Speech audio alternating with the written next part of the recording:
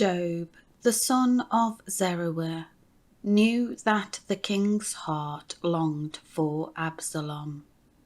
So Job sent word to Tekoa, and had a wise woman brought from there, and told her, "Please pretend to be a mourner, and put on mourning clothes, and do not anoint yourself with oil, but act like a woman who has for many days been in mourning for the dead. Then go to the king and speak to him in this way." So Job told her what to say. When the woman of Tekoa spoke to the king, she bowed with her face to the ground, and lay herself down, and said, "Help, O king." The king asked her, "What is the matter?" She said, "Truly I am a widow. My husband is dead. Your maidservant had 2 sons, but the 2 of them struggled and fought in the field. There was no one to separate them. So one struck the other and killed him. Now behold, the entire family has risen against your maidservant, and they say, 'Hand over the one who killed his brother, so that we may put him to death, to pay for the life of his brother, whom he killed, and destroy the heir also.' By doing this, they will extinguish my coal that is left, leaving my husband without a name or a remnant, heir on the face of the earth." Then David said to the woman, "Go to your home, and I will give orders concerning you." The woman of Tekoa said to the king, "My lord, O king, the guilt is on me and on my father's house, but the king and his throne are guiltless." The king said, "If anyone speaks to you about this matter, bring him to me for judgment, and he will not touch you again." Then she said, "Please let the king remember the Lord your God, so that the avenger of blood will not continue to destroy. Otherwise they will destroy my son." And David said, "As the Lord lives, not a single hair from the head of your son shall fall to the ground." Then the woman said, "Please let your maidservant speak one more word to my lord the king." He said, "Speak." The woman said, "Now why have you planned such a thing against God's people? For in speaking this word, the king is like a guilty man, in that the king does not bring back his banished one.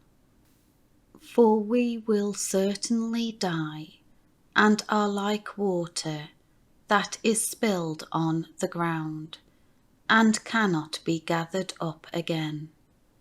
Yet God does not simply take away life, but devises plans, so that the one who is banished is not driven away from him. Now I came to speak of this matter to my lord the king, because the people have made me afraid. So your maidservant thought, I will just speak to the king.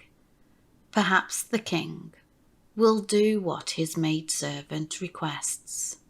For the king will hear and save his maidservant from the hand of the man who would destroy me and my son, together from the inheritance of God. Then your maidservant said, Please let the word of my lord the king be comforting. For my lord the king is as the angel of God, to discern good and evil. May the Lord your God be with you. Then the king answered and said to the woman, Do not hide from me anything that I ask you. And the woman said, Let my lord the king please speak. The king said, Is the hand of Job with you in all of this? And the woman answered, As your soul lives, my lord the king, no one can turn to the right or to the left from anything that my lord the king has said. Indeed, it was your servant Job who commanded me. He put all these words in the mouth of your maidservant, in order to change the appearance of things between Absalom and you his father. Your servant Job did this thing. But my Lord has wisdom, like the wisdom of the angel of God, to know everything that is in the earth. Then the king said to Job, Listen, I will most certainly do this thing. Now go, bring back the young man Absalom. Job bowed his face toward the ground and lay himself down and blessed the king. Then Job said, Today your servant knows that I have found favour in your sight, my lord, O king, in that the king has done the request of his servant. So Job got up, went to Jeshurun, and brought Absalom to Jerusalem. However, the king said, Let him go to his own house, and do not let him see my face.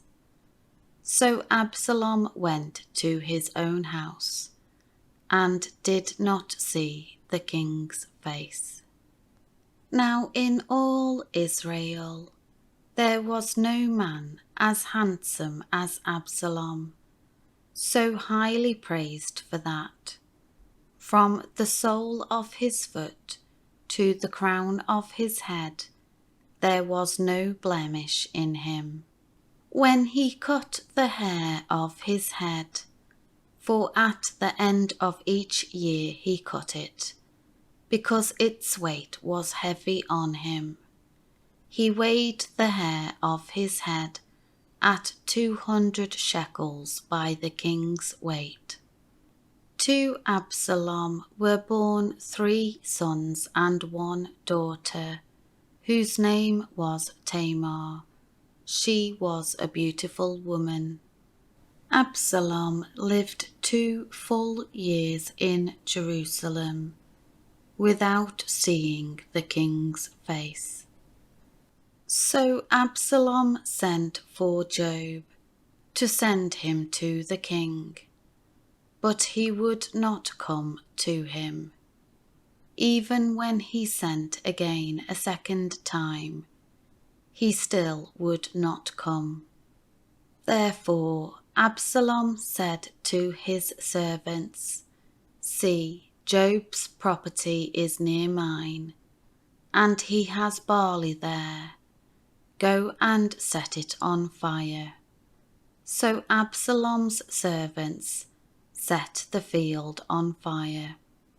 Then Job took action and went to Absalom at his house and said to him, Why did your servants set my field on fire?